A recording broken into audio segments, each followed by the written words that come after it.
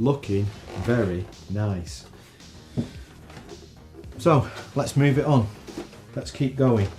Keep that momentum.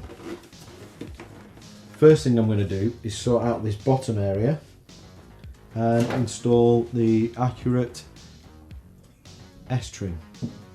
So let's go. So first of all, I'm going to say, you can see the trim line in here from the edge of the mould. So I'm going to say goodbye to that first of all.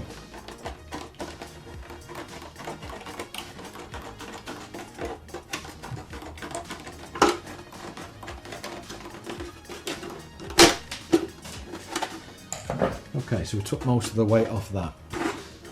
Now I'm going to trim, going to get the Dremel out, trim up to the edge here.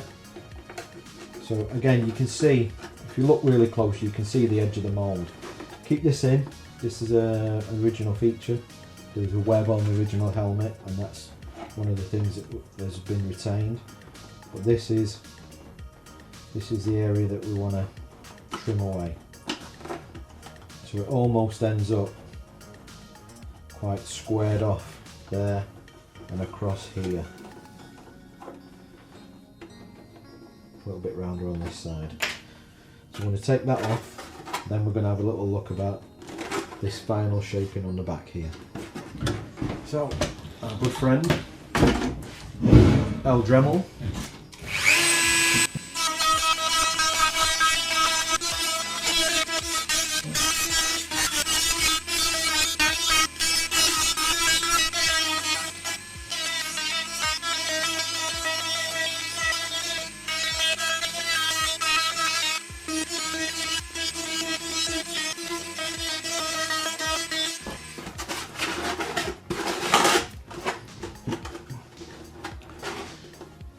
So this is now trimmed on the bottom edge,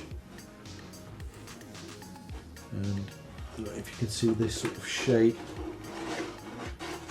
that we've got in there, and around the back, coming up, not quite as exaggerated on this side.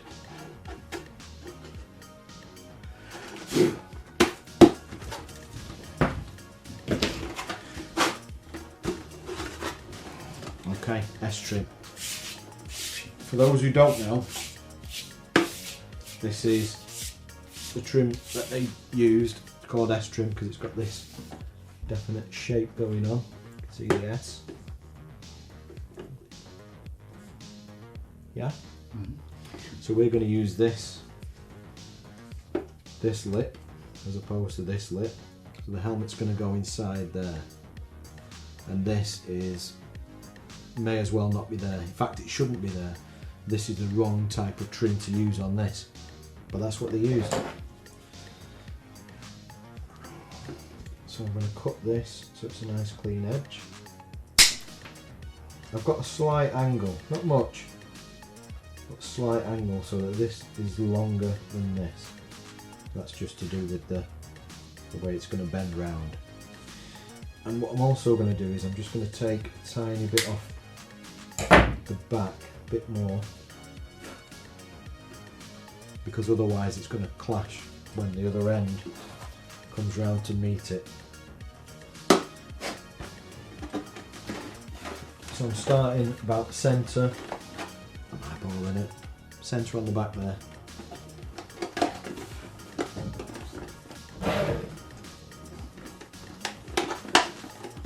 Just feed it on.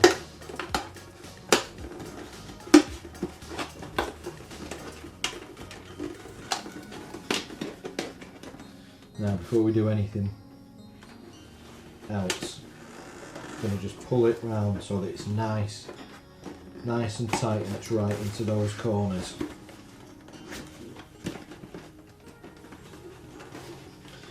Okay, just going to have a little look. I'm going to cut it slightly longer than I think it needs to be. Just take a bit of that extra off on the inside.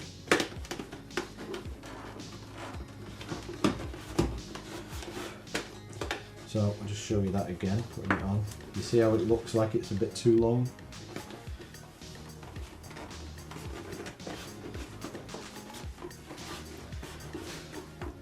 And what that's going to do is that's going to help. So we've got a nice join. You don't want it too long because you don't want it deforming the helmet. But you don't want it too short that it's a bit baggy. This is quite nice and tight, it's holding it all on. One of the questions I get quite a lot is people say, oh, the trim's all coming off on the bottom, and what they're talking about is this, where it's bunching up. Here, it's doing it all over, people think it's not attached right. This is the wrong trim for this application. If you were doing it correctly, you wouldn't use this trim, but they did. And we're recreating that. And I even think it's part of the CRL. So for the collectors, you want this trim because that's what they used. For the troopers, you want this trim because, well, it's what they used and because the CRL tells us so. So if you get any of this, that's absolutely fine. It's to be expected.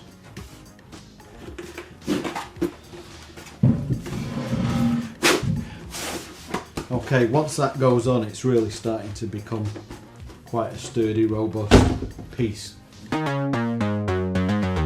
There you go, simple as that. This is how we build stuff. So if you need a kit, you can get on the website. If, however, you've seen this and you think, this is not for me and I don't have the time, don't worry. We also have fully built commissions and fully built stuff. Or again, all on the website. Just click through, choose your character, it's all there for you. Thanks for watching, and I'll see you next time.